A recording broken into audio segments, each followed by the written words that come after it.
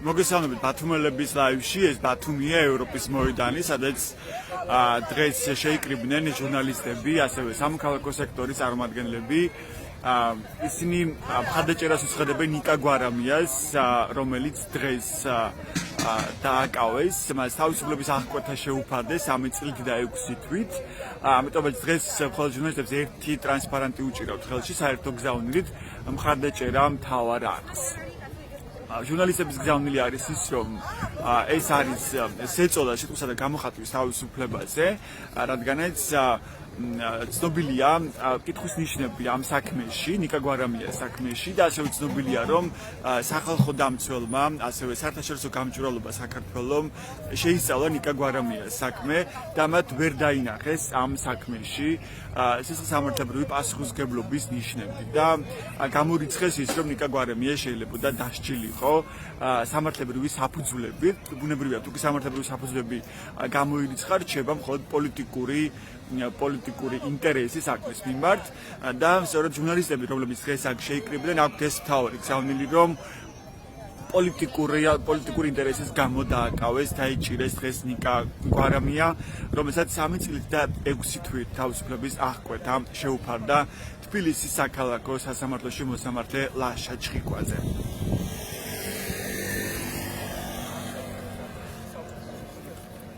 თქვენ ხედავთ რეგიონში ბათუმში მომუშავე ჟურნალისტებს, ასევე სამოქალაქო ორგანიზაციები, თავისუფალი ჟურნალისტთა სახლი, საერთაშორისო გამჭვირვალობა საქართველოს, ახალგაზრდა იურის ასოციაცია. ჟურნალისტების აქციაში შეურდნენ ასევე პოლიტიკოსების ნაწილის, თქვენ ხედავთ აი აქ ნაცმოძრაობის, ასევე ლელოს წარმომადგენლებს. ისინი უერთდებიან ჟურნალისტების სოლიდარობას მხარდაჭერას ნიკა გვარამიას მიმართ.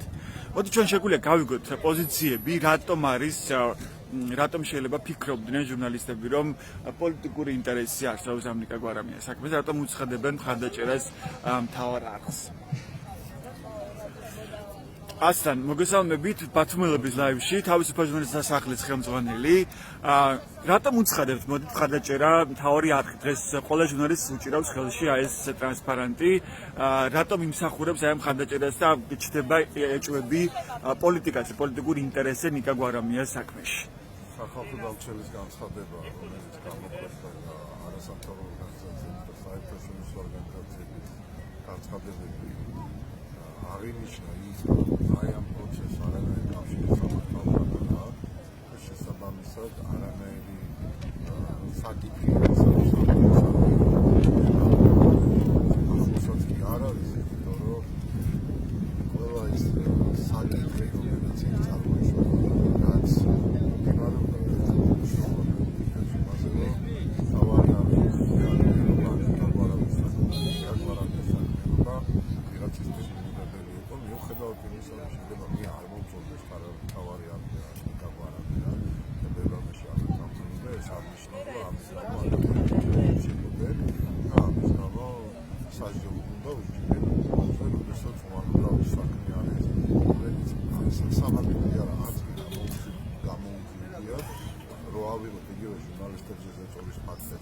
თქვენ ამბობთ რომ მიკერძებული იყოს ნიკა გვარამია მთავარი არხი, ხო?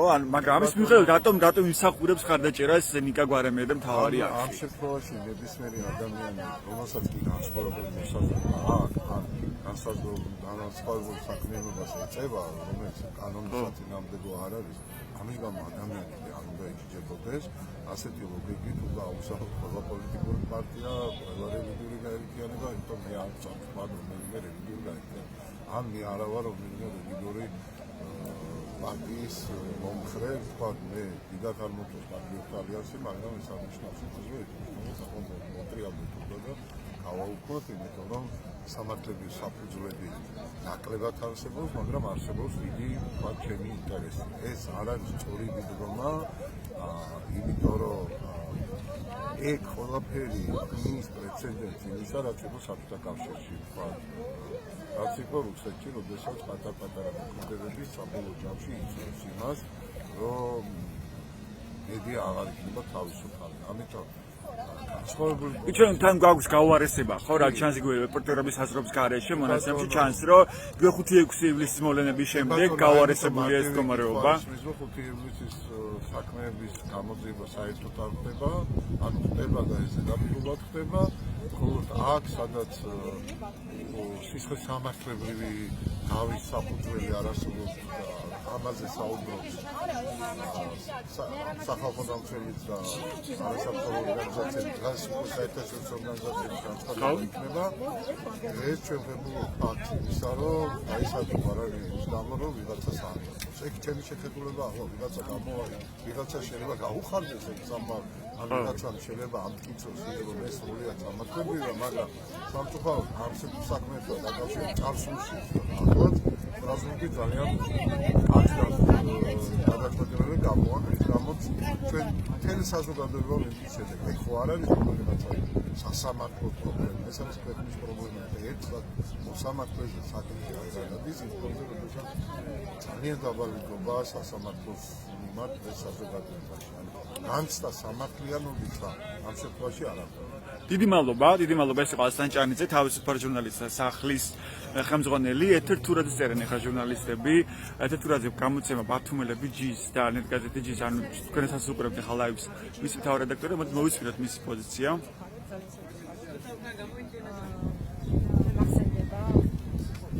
ჩემი ჟურნალისტიკაში ეს პერიოდი, როცა ჯერ აქციებს მართავს ვახტანგ კომახის, გადასაჭერად ფოტოგრაფების საქმე, მერე სამთავრობო მარაზმი, რაღაც ჯერმენული სიარული, მისის მოვლენების შემდეგ, რომელიც ქვეყნის მიტინგი სადაც სკერში მოათავსა, სკერი როგორც ჩვენს ასრულდება და ეს არის ამის გაგრძელება მე ძალიან სიმართლით გაგრძელებული ვარ. ამ გადაწყვეტილებით რომ ვთქვათ არ ველოდი ყოველი ისრება, იმიტომ რომ ველოდი და ველი რომ ჩვენ ყველას შეიძლება დაწერილი არის ჩვენი ყველას გადავიდეთ გადაწყვეტილება, ასე რომ მე ძალიან კრიტიკულად ვარ განწყობილი ამ პროცესების.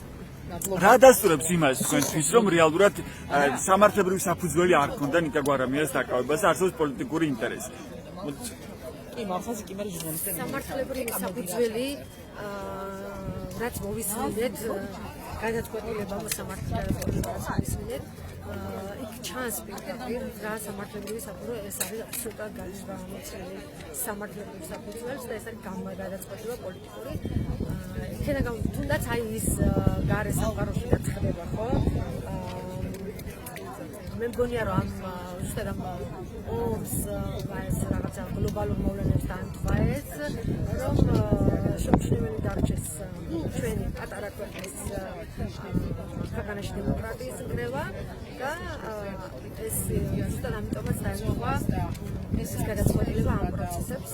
როგორც მე სამართლებრივად არის აბსოლუტურად გაუმართლია სიტუაცია, მე იურისტი არა ვარ, ეს არის ჩემი პროფესიონალური შეფასება და ამას სასამართლო ინსტანციები დაადგენენ შემდეგშიც, მაგრამ თუ ნახავთ, მე ცოტა დროს მქონდა ისტორიები, თუ ნახავთ რუსთავიორის მართვის პერიოდს და გვარამიას დროს, ის იყო ნომერ პირველი არხი რეიტინგებით, ის იყო ბევრად მეტი შემოსავლების მქონე არხი, ვიდრე დღეს არის ეს არხი თავისი რეიტინგებით, არხი ფაქტობრივად განადგურებულია, არხი ფაქტობრივად პროპაგანდის რეჟიმშია ჩართული და ეს არის ამის ყველაფრის მაჩვენებელი დემონსტრირება მოხდა აი ამ ყველაფრის შეჯამებით, ეს არის ამის აი მაყურებელს რა შეგიძლიათ უთხრათ დღეს, რომელიც ახლა კომენტარებშიც გვიწერს, მათი ნაწილი ბუნებრივია აცხადებს ხარაჯერას, მაგრამ ნაწილი გამოხატავს, რომ მიკერძებულია მთავარი არხი პოლიტიკურად, ხო?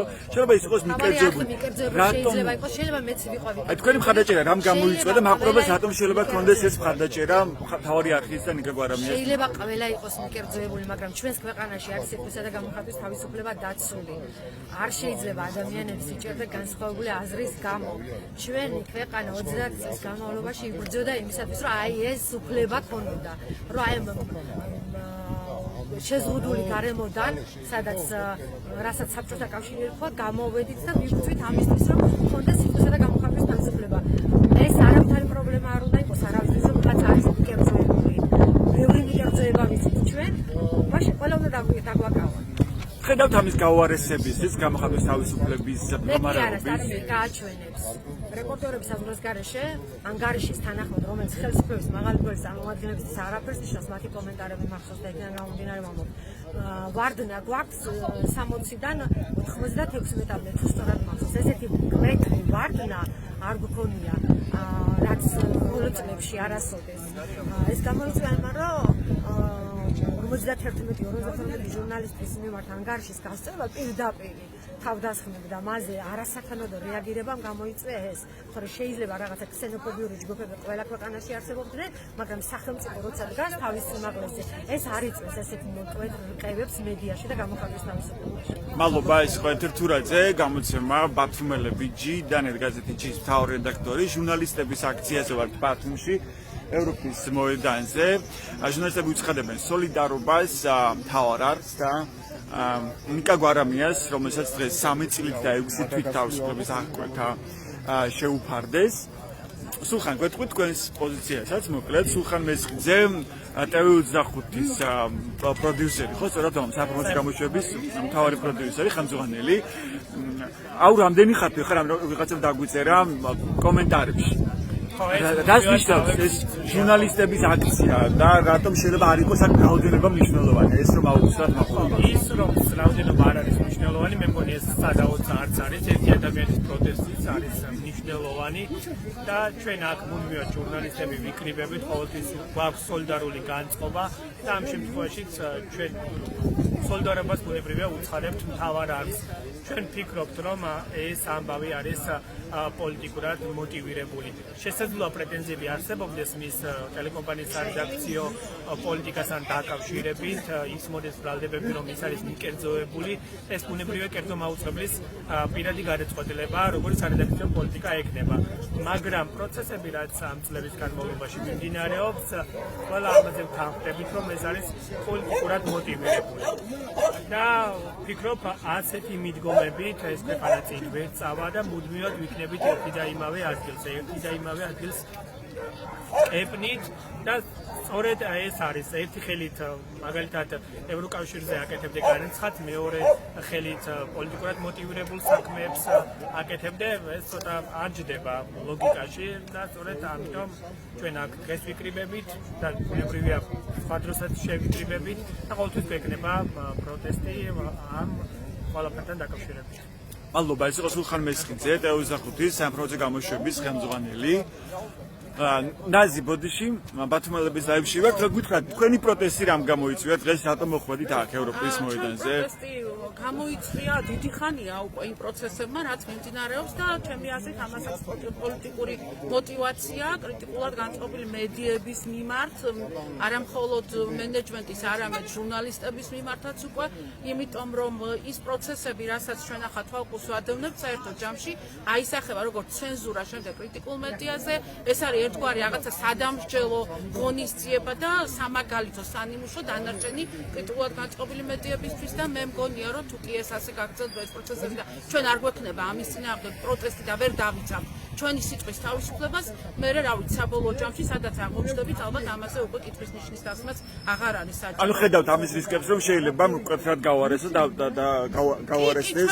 თუ ადამიანებს ახლა იკვლევებს ხო და შეფასებებს, რომლებიც იდება ავტორიტეტული საერთაშორისო ორგანიზაციების მიერ, ვხედავთ, რომ მედიის თავისუფლების ხარისხი თანდათან უფრო და უფრო უარესდება ჩვენ ქვეყანაში და ნუ საბოლოო ჯამში ალბათ იქამდე მივალთ, რომ აი ჩვენ თუ ძალიან მნიშვნელოვანია ჩვენთვის ის მომენტი, რომ აი ხელისუფლებასთან აფილიირებული მედიები და მათ შორის აი ალტინფო უკვე ღიად აკეთებს ანტისახელმწიფოებრივ განცხადებებს, ანტიკონსტიტუციურ განცხადებებს და ჩვენ არ გვახსენდება არც ერთი შემთხვევა, როდესაც აი რაღაცა რომელიმე ხელისუფლების წარმომადგენელი გამოსულიყო და ამის საწინააღმდეგოდ რაიმე განცხადება გაეკეთებინა და რა ვიცი ახლა რა გონივრული ეჭვი არის იმისი, რომ თანდათან ვცილდებით ჩვენ დასავლურ ორბიტას და ჩრდილოური მეზობლისკენ უკვე უფრო სწრაფი ნაბიჯებით ვიდივართ. მადლობა, ეს იყო ჟურნალისტი ნაზირე ხვიაშვილი, დიდი მადლობა რომ გითხარით პოზიცია.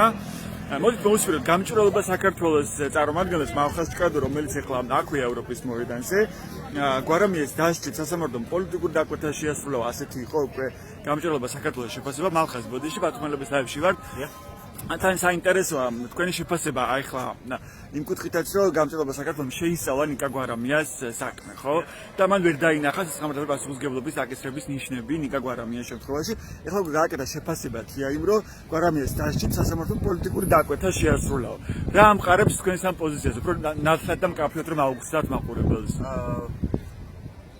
გამარჯობა, დიახ, ჩვენ რამდენიმე თვის წინ გამოვაქვეყნეთ საქმის შესწავლის შედეგად მომზადებული დოკუმენტი, სადაც ცალსახად თქვით, რომ არავითარი საფუძველი სისხლის სამართლებრივი დევნის გვარამიას წინააღმდეგ არ არსებობდა და ყველა მცდელობა, რომ თქვათ, მისთვის პასუხისმგებლობა დაეკისრებინა პროკურატურას, იყო პოლიტიკური მიზანშეწონილობიდან გამომდინარე ხელისუფლების მხრიდან.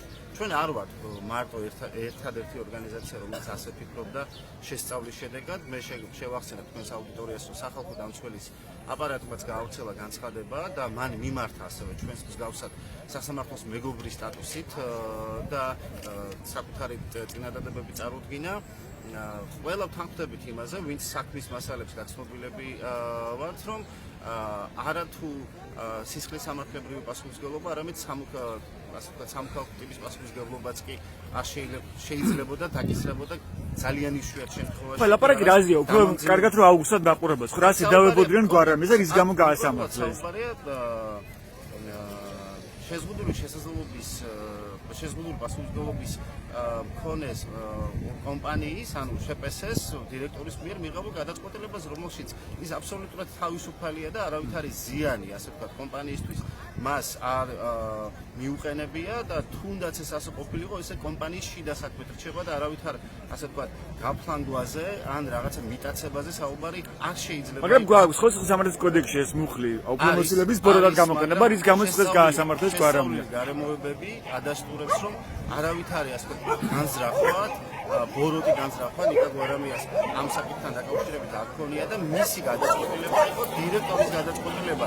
აქ თავისთავად ასეთ ვთქვათ ასპექტებს თუ გამოვეკიდებით და როცა პროკურატურა ხარ ან სხვა საგამოძიებო ორგანო ზოგადად სახელმწიფო უამრავი მაგალითი აგვისახელებია და შეგვისწავლია როგორც არასამთავრობო ორგანიზაციას ასევე მედიას, როცა კორუფციული გარიგებებით და ძალიან მძიმე დანაშაულებით ადამიანები საჯარო სამსახურიდან თუ თავმჯდომარის პირები, პოლიტიკური თავმჯდომარის პირები შეიძლება მათ დაკისრებოდათ ასე ვთქვათ სისხლის სამართლებრივი პასუხისმგებლობა, მაგრამ შერჩევითობა და პოლიტიკური мотиваცია ამ საქმის აშკარად თავიდანვე ჩანდა, იმიტომ რომ მხოლოდ ჩვენი ორგანიზაციის იურისტები არა, სხვა ორგანიზაციის იურისტებიც, რომლებიც დეტალურად იცნობენ ამ საქმეს, ამბობენ, რომ ეს არის პრაქტიკულად საფუძველს მოკლებული საქმე და ცხადია, ამიტომაც პოლიტიკური мотиваციის დონე ძალიან მაღალი იყო ამ საქმეში, რაც ძალიან სამწუხაროა, მიუთითებს იმაზე, რომ სასამართლო არის პოლიტიკურად მოტივირებული, სასამართლოს გადაწყვეტილება პირდაპირ მიდის ხელისუფლების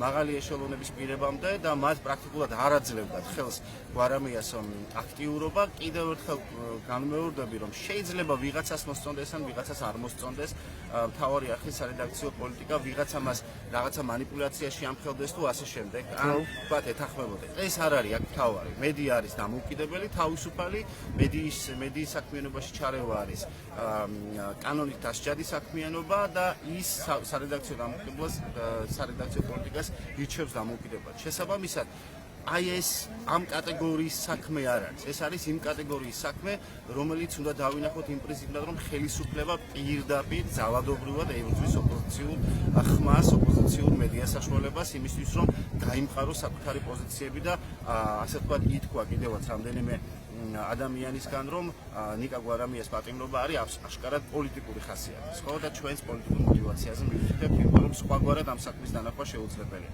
ამავდროულად შეგახსენებთ იმას, რომ 29 პუნქტით დავიწყეთ რეპორტიორების საზღვრის გარეშე ორგანიზაციის მიხედვით საქართველოში პრესის თავისუფლების ინდექსი, მაგრამ ნიკ გვარამიას საქმე არ ეხება მხოლოდ პრესას, გვარამიას საქმე არ ეხება მხოლოდ მედიის თავისუფლებას, აქ ზოგადად პოლიტიკური ოპონენტების მიმართ წარმოებული რეპრესიების ჯაჭვზე არის საუბარი, რაც სამწუხაროდ ძალიან ცუდად მოუბრუნდება ქვეყანას, რომელიც ელოდება ევროკავშირის წევრობის კანდიდატის სტატუსს. თქვენ ფიქრობთ, რომ უქმნის ამ პროცესს, ევროინტეგრაციის პროცესს საფრთხეს ეს გადაწყვეტილება? ქვეყანა, სადაც მთავარი ოპოზიციური არხის დირექტორი ხელისუფლებას იჭერენ ძალიან სუსტი ბრალდებით და ძალიან სუსტი არგუმენტაციით, მაშინ როდესაც არსებობდა მთელი რიგი წინა მორბედი გარემოებები მის საწინააღმდეგოდ, ძალიან რთული იქნება ხელისუფლებისთვის იმის დამტკიცება, რომ ეს საქმე არის თქვა დამოუკიდებელი და სასამართლოს გადასაწყვეტი იყო მხოლოდ და ეს არაერთგან კავშირში არ არის პოლიტიკურ ხისწესებთან. ამიტომ ამგვარი გადაწყვეტილება თავისთავად ცხადია პირდაპირ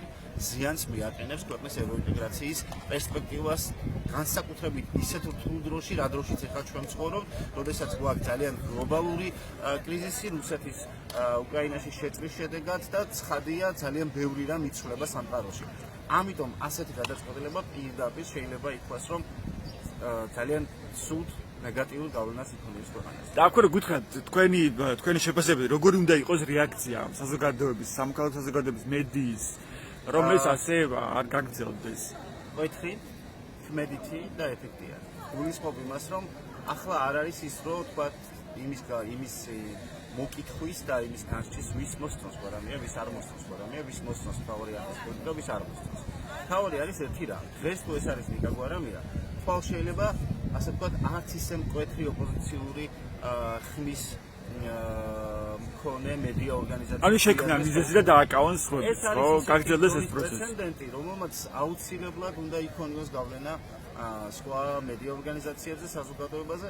სამწუხაროდ ხელისუფლება ფიქრობს, რომ ასე ვთქვათ, რეაქცია შეიძლება ისეთი არ იყოს და ამიტომ ვთქვათ, გაბედა ასეთი მკვეთრი გადაწყვეტილების მიღება, მაგრამ მე დარწმუნებული ვარ, რომ ჩვენი საზოგადოების კრიტიკული საღი აზრის მქონე ნაწილი ხმას ამოიღებს ამის წინააღმდეგ, იმიტომ რომ გვერდზე უნდა გადავდოთ რაღაცა პირადი დამოკიდებულებები, გვერდზე უნდა გადაიდოს ყველა სხვა დამოკიდებულება, გარდა იმისა, რომ რა არის დღეს სახელმწიფო ინტერესი და რა უნდა იყოს ჩვენი მომავალი თაობებისთვის, იმიტომ რომ ვისთვის გვინდა ეს სახელმწიფო. ხოთან მეორე მომენტი არის, რომ მიმართავ საჯარო მოხელეებსაც.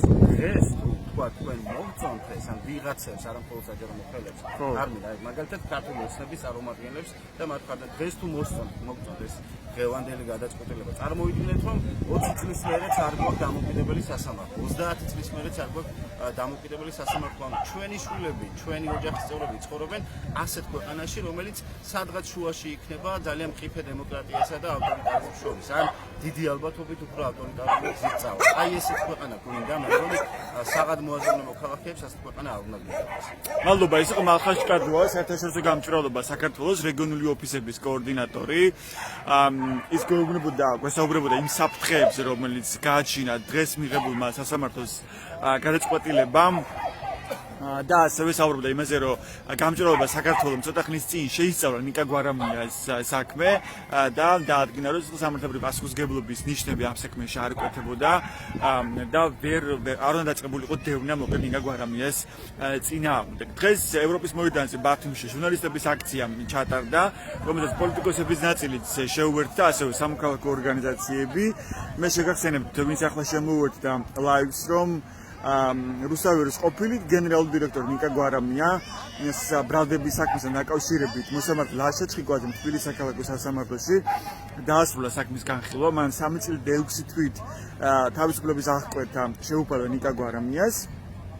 ნიკა გვარამიას საქმეში საწარმოოს მმართველის მიერ მიღებული გადაწყვეტილება, რაც გულისხმობს უფრო კონკრეტულად ხელშეკრულების პირობების შეცვლას, მისაღების შემოსავლის განსაზღვრას, არის მიჩნეული დანაშაულად ბრალდების თანახმად. დანაშაული არის ის, რომ დირექტორის მეტი შემოსავლის მოტანა შეეძლო კომპანიისთვის და შემოსავალი არ მიიღო. მოსამართლეს განცხადებით, მან გადააკვალიფიცირა გვარამიისათვის პროკურატურის მიერ წარდგენილი ბრალი და საბოლოო ჯამში მედია მენეჯერი დამნაშავედ სცნოა სასამართლოს კოდექსის 220 მუხლის დარღვევაში. 220 მუხლი გულისხმობს უფლებამოსილების ბოროტად გამოყენებას საწარმოოში ან სხვა ორგანიზაციაში. მე ვკითხულობ ამ მუხლის განსაზღვრებას სასამართლოს კოდექსიდან. საწარმოოში ან სხვა ორგანიზაციაში ხელმძღვანელობითი, წარმომადგენლობითი ან სხვა სპეციალური უფლებამოსილების გამოყენება ამ ორგანიზაციის კანონიერი ინტერესის საწინააღმდეგო თავისთვის ან სხვისთვის გამორჩენის ან უპირატესობის მიღების მიზნით, რამაც მნიშვნელოვანი ზიანი გამოიწვია. ეს მუხლი თვალისწინებს ჯარიმას ან გამოსწორებელ სამუშაოს ვადით 2 წლამდე, ან შინაპატიმრობას ვადით 6 თვიდან 2 წლამდე, ან თავისუფლების აღკვეთას ვადით 3-დან 5 წლამდე. ხო, ნიკა გვარამია შეუფარდეს თავისუფლების აღკვეთა 3 წლით და 6 თვის ვადით. გვარამიესთან ერთად იყო ბრალდებული რუსთავის კიდევ ერთი ყოფილი მენეჯერი კახადამენია, რომელსაც 5,000 ლარიანი ჯარიმა მიისაჯეს. ბრალდებული ინტერმედია პლუსის დირექტორი ზურაბ იეშვილი კი მოსამართლემ გაამართლა საქმესთან დაკავშირებით. განცხადება გააკეთა სახალხო დამცველის აპარატმა გუშინ. ომბუდსმენის აპარატის შეფასებით ნიკა გვარამიეს ქმედება არ იძლევა დანაშაულის შემადგენლობას. ასეთ იყო სახალხო დამცველის შეფასება, ასევე საერთაშორისო გამჭვირვალობა საქართველოს შეფასებით ნიკა გვარამიას საქმეში არ იკვეთებოდა სისხლის სამართლებრივი პასუხისმგებლობა და შესაბამისად დევნა ნიკა გვარამიას მიმართ არ უნდა დაწყებულიყო. თუმცა გადაწყვეტილება არის ამგვარი, დღეს დილით თბილისის საქალაქო სასამართლომ ნიკა გვარამია დააპატიმრა. დიდი მადლობა რომ იყავით ჩვენთან ერთად. ეს ბათუმელების ლაივი იყო. მე ჟურნალისტი ჯაბა ანანიძე ვარ. ეწვიეთ ჩვენს ვებგვერდებს ბათუმელები G-დან გაზეთი G, რომ მიიღოთ განახლებული და სანდო ინფორმაცია როგორც ბათუმში, აჭარაში, ასევე ქვეყანაში მდინარე მოვლენების შესახებ და არ მარტო ქვეყანაში. მადლობა რომ იყავით ჩვენთან ერთად. დროებით.